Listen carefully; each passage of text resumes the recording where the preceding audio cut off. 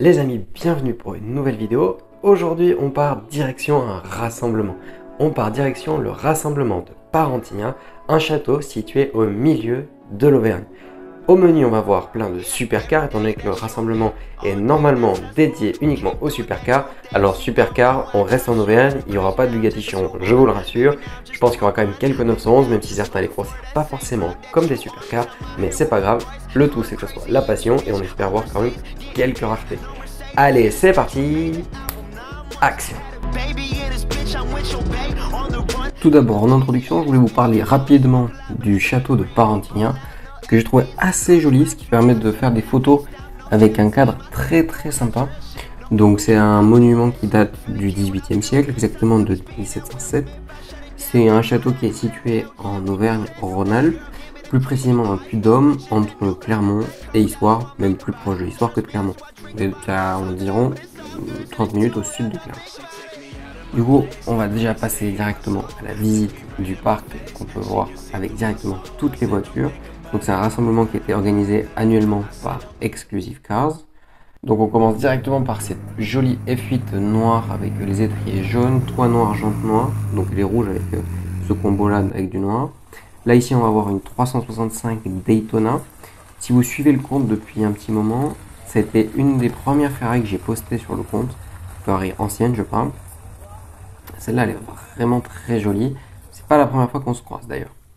Ici, on va avoir une jolie Maranello, donc avec les deux phares à l'arrière et 4 sorties d'échappement. Là, on voit le Cavallino. Intérieur, comme ça, assez clair, marron très clair. Les jantes assez basiques. D'ailleurs, c'est un véhicule qui est en vente chez donc, Luxe Car Conseil.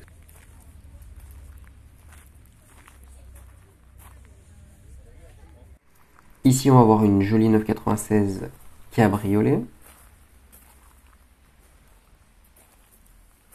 Donc avec une config totalement noire. Donc c'est une 4 roues motrices, comme on peut le voir ici avec l'inscription Carrera 4. Ici on va voir d'autres Ferrari anciennes, plus fin du 20e siècle, qui sont en train de partir. Malheureusement je suis arrivé un petit peu sur la fin, donc j'ai pas eu le temps de faire des plans rapprochés autour de ces voitures. Je vous laisse quand même écouter le son.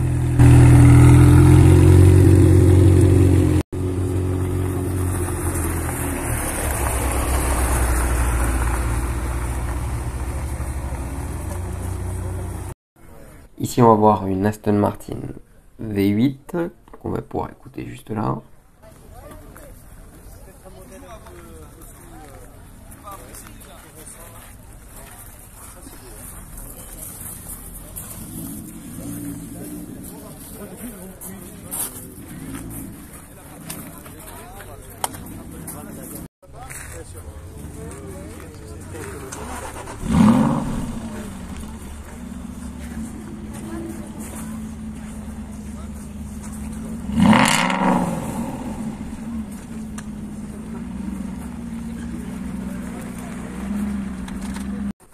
Ici, on va voir une R8 V10 boîte mécanique équipée d'un kit Liberty Walk. D'ailleurs, si vous suivez la chaîne d'Akram Junior, vous avez une présentation complète de cette voiture. Comme vous pouvez le voir, là, elle se lève parce qu'elle est montée sur R.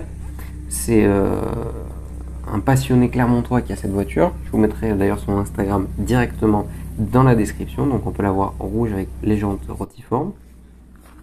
Ici, on va voir une autre F8 Tributo. Cette fois grise. Celle-là, un petit peu mieux optionnée, je trouve, que la rouge qu'on peut voir à côté. Donc la rouge, c'était elle qui était partie tout à l'heure. En fait, je vous ai intercalé les plans de manière un petit peu hasardeuse. Ici, on voit qu'elle n'a pas le pack carbone alors que l'autre l'avait. Les jantes mat, pareil, je suis pas forcément très fan. Et en fait, tout ce noir mat, moi, j'aime pas vraiment. J'aurais préféré qu'il soit brillant. Après, c'est une question de goût. Mais l'arrière de cette F8 est quand même incroyable avec ces 4 phares là. C'est, je crois, l'endroit préféré que j'ai autour de cette F8. Ici, on va voir une 360 Modena, donc rouge, intérieur noir. Hop, on va faire le tour. On va s'approcher du V8 en position arrière, enfin centrale arrière plutôt. Voilà. Ici, on va voir une belle brochette, donc une 458 à droite, une SV et une F8 Tributo. Là, on peut voir, on va se retourner parce qu'il y a d'autres Ferrari donc vue d'arrière. Là, donc on va s'approcher de la 458.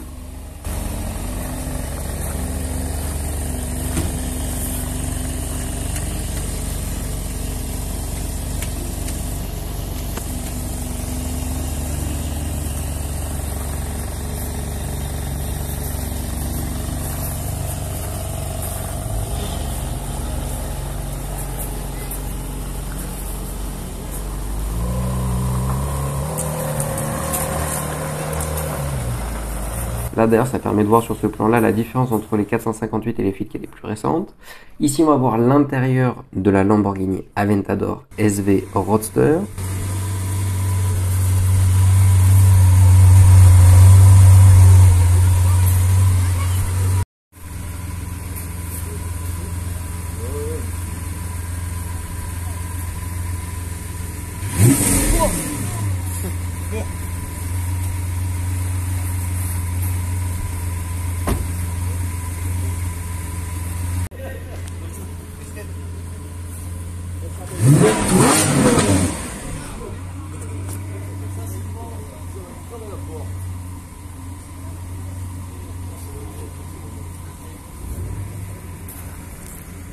Et là, du coup, on va pouvoir la voir partir. Je trouve que cette configuration verte, c'est celle qui lui va vraiment le mieux.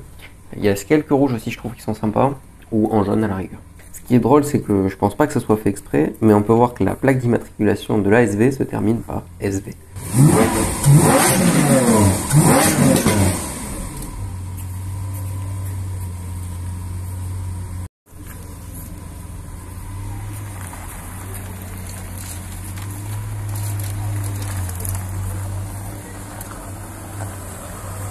Donc là, du coup, on va pouvoir la voir partir, voir un petit peu avec la lumière ce que ça donne.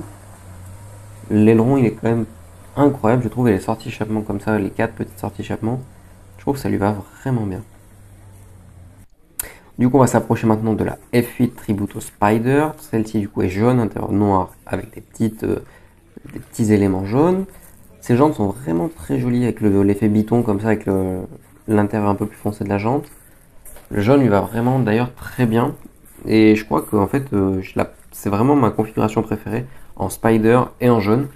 Même si elle n'a pas par exemple le pack carbone à l'avant, franchement je la trouve vraiment incroyable en jaune comme ça.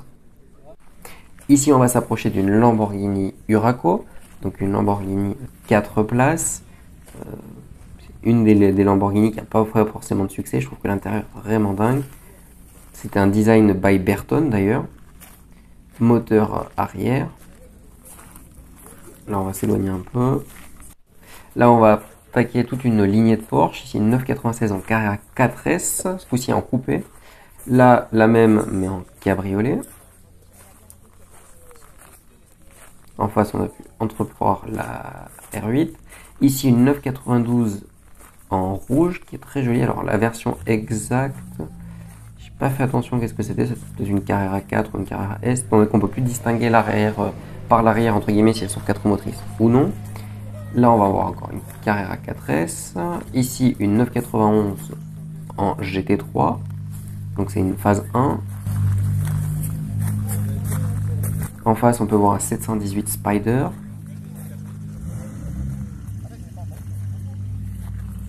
Là, une 991 phase 1 encore. Une GT3 RS, cette fois en 997.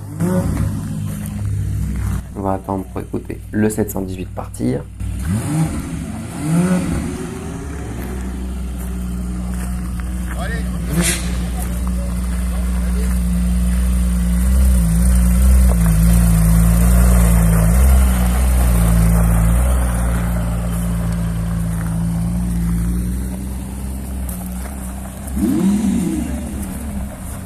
Là, on voit la F8 grise qui part elle aussi.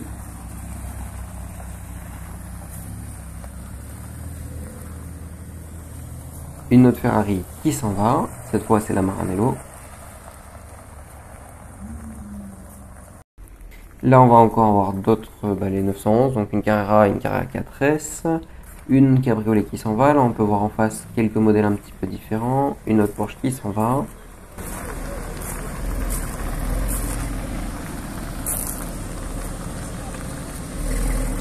Là, on peut voir une Lotus Exige à côté d'une Corvette C6.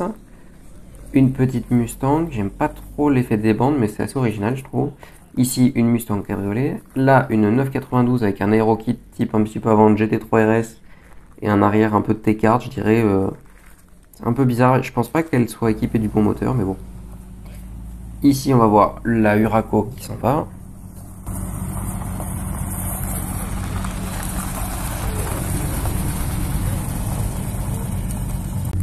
Donc on va s'approcher maintenant de la Exige orange avec l'intérieur noir et orange.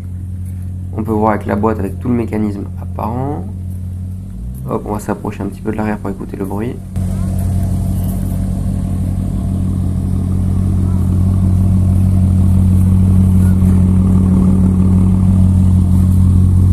Ça c'est vraiment l'engin pour le track day parfait.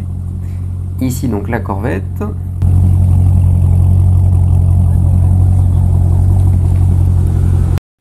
Là maintenant on va écouter quelques bruits avant la fin.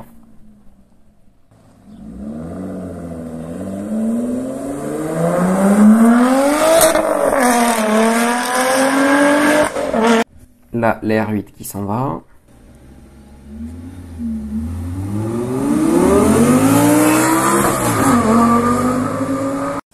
Une Porsche.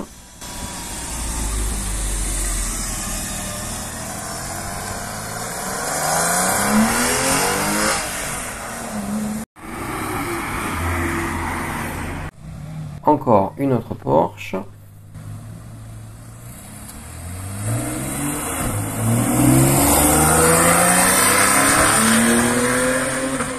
La M4. Alors celle-là on l'a pas vue en détail parce qu'elle était garée sur le parking extérieur, mais je trouve sympa de vous mettre un petit clip vidéo.